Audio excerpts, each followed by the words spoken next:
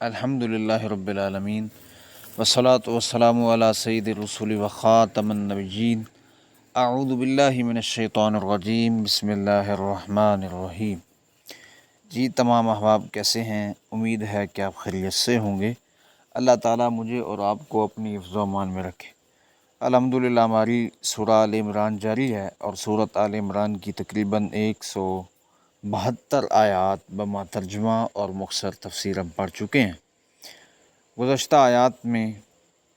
Detail کے ساتھ غزوہ احد کا واقعہ بیان کیا جا رہا ہے، اور بالخصوص اس میں ہم نے ضروری جو بات کل کے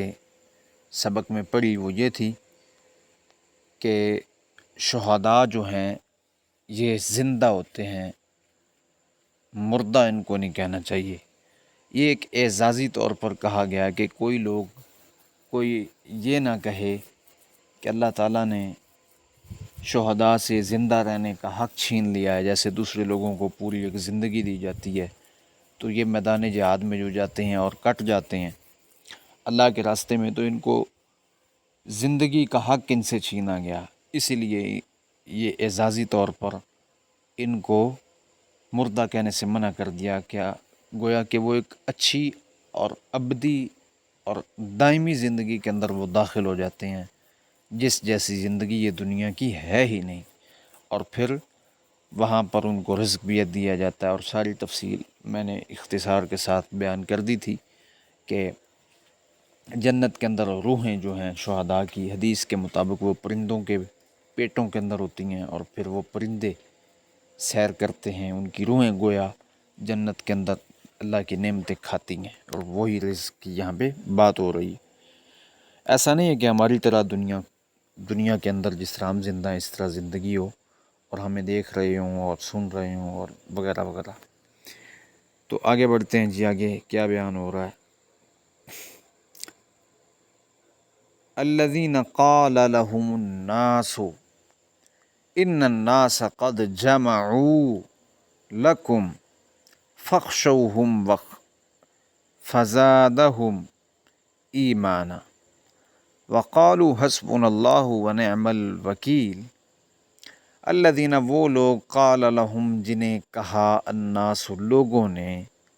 کیا کہا؟ ان الناس بے شک لوگوں نے، قد جمعوا فوج جمع کر لی ہے، یقیناً اجتماع کر لیا ہے، فوج جمع کر لی ہے، لکم تمہارے لیے، فخشوہم پس ان سے تم ڈرو، فزادہم تو انہیں زیادہ کر دیا اس چیز نے، ایماناً ایمان میں، وقالو اور انہوں نے کہا، حسبنا اللہ ہمیں اللہ ہی کافی ہے، ونعم الوکیل اور وہ اچھا کارساز ہے۔ اس آیت کا تعلق بھی کل ایک واقعہ میں نے جو ذکر کیا تھا، غزوہ احد کے دوسرے دن کفار نے دوبارہ مدینے پر حملہ کرنے کا پلان بنایا، تو نبی علیہ السلام نے مسلمانوں کو بھیجا صحابہ کو تعاقب کے لیے، تو وہ پھر بھاگ گئے اور ناکام ہو گئے مدینے پر دوبارہ حملہ کرنے کی وجہ سے۔ اب اسی بات کو اس آیت کے اندر بیان کیا جا رہا ہے کہ الذین قال لهم الناس، جب وہ لوگ کہ جنہیں کہا گیا، لوگوں نے کہا، بعض لوگوں نے اطلاع دی، ان الناس قد جمعوا، یعنی یہ مسلمانوں کی بات ہو رہی ہے، صحابہ اکرام کو کسی نے اطلاع دی کہ لوگوں نے تمہارے لیے فوج تیار کر رکھی ہے۔ یہ ابو سفیان جو تھا، یہ کفار کے لشکر کو لیڈ کر رہا تھا، تو اس نے ایک چیلنج بھیجا ایک قافلے کے ذریعے نبی علیہ السلام تک کہ میں مدینے پر حملہ دوبارہ کروں گا، اب تو چلو نہیں ہو سکا۔ یہ اس وقت کی بات ہے جب تعاقب کے لیے مسلمان پہنچ چکے تھے اور اس کو اطلاع مل گئی تھی اور وہ بھاگ گیا تھا، تو پھر اس نے ایک چیلنج بھیجا کہ میں کبھی پھر آؤں گا اور پورے لشکر کے ساتھ مدینے پر حملہ کروں گا۔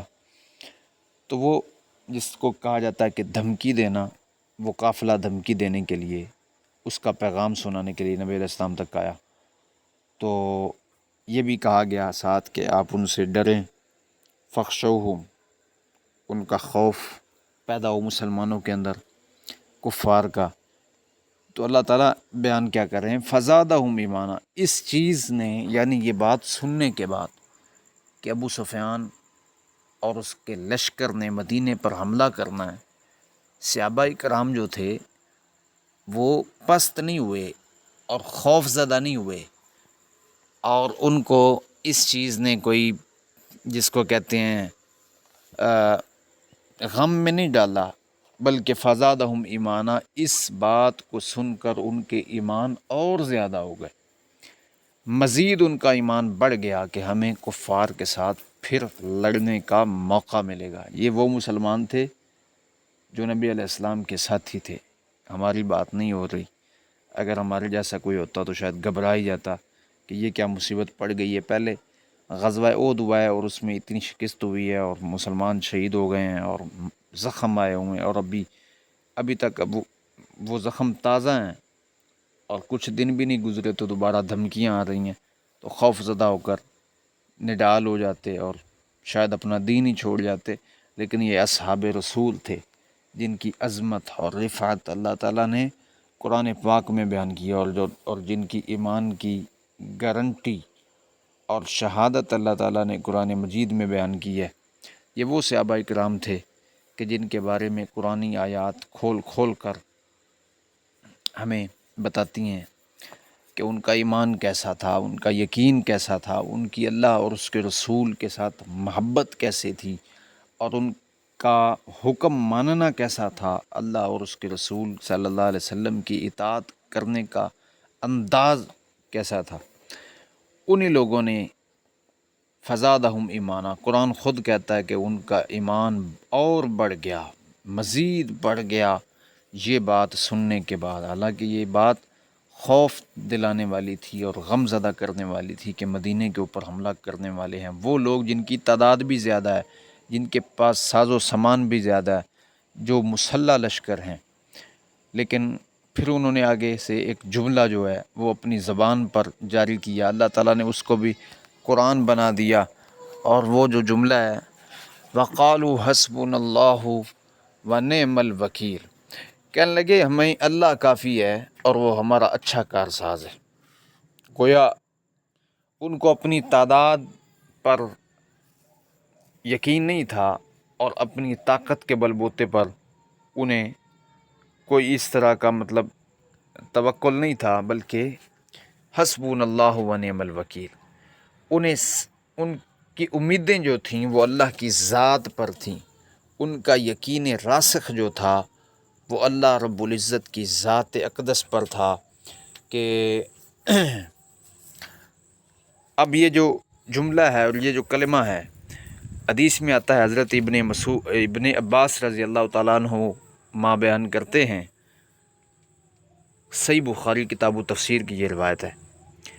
کہ یہ جو کلمہ حسبنا اللہ ونعم الوکیل ہے یہ حضرت ابراہیم علیہ السلام نے بھی پڑھا تھا جب انہیں آگ میں ڈالا گیا، اور یہی کلمہ جب کفار کی طرف سے دھمکی آئی تو صحابہ کرام نے اور نبی علیہ السلام نے بھی اپنی زبان پر پڑھا۔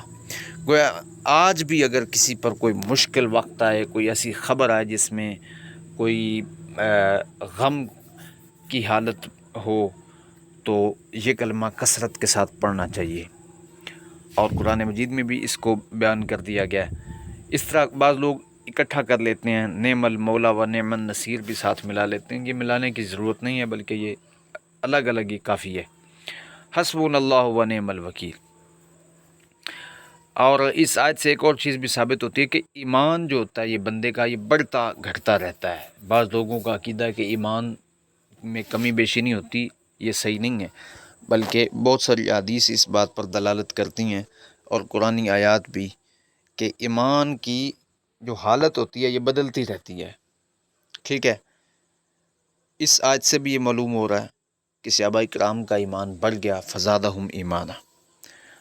تو حسبنا اللہ ونعم الوکیل، اس کے اندر پوری توحید چھپی ہوئی ہے، پورا ایک عقیدہ چھپا ہوا ہے۔ اگر دل کے اندر اللہ کے علاوہ کسی کا خوف نہیں، ڈر نہیں، اور اللہ کے علاوہ کسی اور کو کچھ سمجھتا نہیں بندہ، اور زبان پر یہ کلمہ جاری ہے تو پھر یقیناً اللہ کی طرف سے بھی مدد اور نصرت کے دروازے کھول دیے جاتے ہیں۔ آگے فن قلبو، تو وہ لوٹے، بنعمت من اللہ، اللہ کی طرف سے نعمت کے ساتھ، و فضل، اور فضل کے ساتھ، لم یمسسہم، انہیں کوئی نہ پہنچی، سوءن برائی، سوءن برائی، واتبعوا، اور انہوں نے پیروی کی، رضوان اللہ، اللہ کی رضا کی، واللہ ذو فضل عظیم، اور اللہ تعالی بہت بڑے فضل والا ہے۔ مطلب یہ کہ صحابہ کرام جو تھے تعاقب کے لیے گئے تھے تو انہیں کوئی تکلیف نہ ہوئی، کسی قسم کی کوئی پریشانی کا سامنا نہ کرنا پڑا، بلکہ وہ اللہ کی نعمت کے ساتھ لوٹے اور اللہ کے فضل کے ساتھ لوٹے۔ لم یمسسہم سوء، کوئی برائی ان کے قریب نہ آئی، پوری حفاظت کے ساتھ اللہ تعالیٰ نے ان کو محفوظ رکھا اور دیگر مسلمانوں کو بھی۔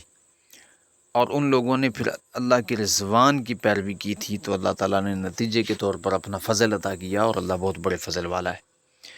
آگے انما ذالکم الشیطان، بے شک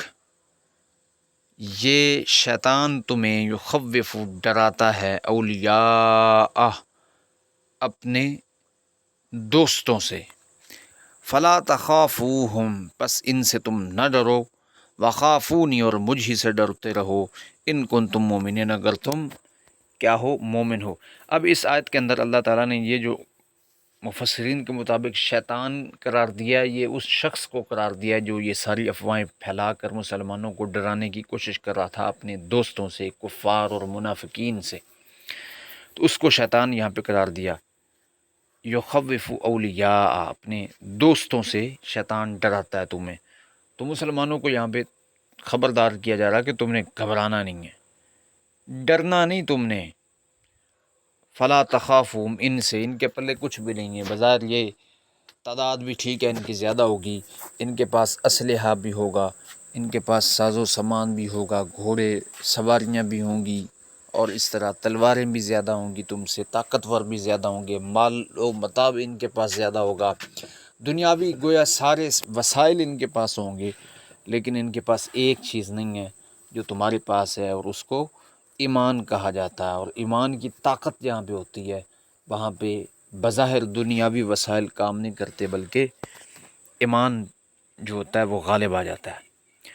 تو فلا تخافوا، ان سے تم نے گھبرانا نہیں ہے، ڈرنا نہیں ہے، وخافونی، اور مجھ سے ڈرتے رہو اگر تم مومن ہو، یعنی اللہ کا جو ڈر ہے یہ اگر سینے کے اندر ہو تو پوری کائنات مل کے بھی کسی کا کوئی نقصان نہیں کر سکتی، ساری دنیا کی طاقتیں مل جائیں، اور جو بندہ رب کے علاوہ کسی سے ڈرتا نہیں ہے اور رب کے علاوہ کسی کے سامنے جھکتا نہیں ہے، رب کے علاوہ کسی اور کو کا ڈر اور خوف اور اطاعت اپنے دل کے اندر بسائے ہوئے نہیں ہے، تو یقیناً اس بندے کا توکل اللہ پر ہے، اس کا یقین اللہ پر ہے، اور وہ اس کی امیدوں کا مرکز اللہ تعالیٰ ہے، تو پھر اس کے لیے بھی نصرت اور رحمت کے دروازے کھول دیے جاتے ہیں۔ ان کن تم مومنین، اگر تم مومن ہو تو پھر ڈرنا میرا حق ہے تم پر، ٹھیک ہے، تمہارے ذمے میرا حق ہے کہ تم مجھ سے ڈرو اگر تم مومن ہو، اگر مومن نہیں ہو تو پھر جیسے مرضی تعداد پر انحصار کرتے رہو اور تلواروں کو لے کر بیٹھے رہو، تو اگر تمہارے اندر ایمان ہے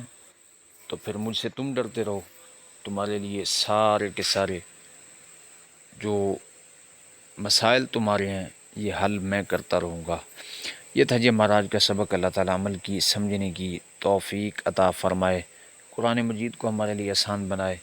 دنیا آخرت میں کامیابی کا باعث بنائے۔ وآخر دعوانا الحمد للہ رب العالمین۔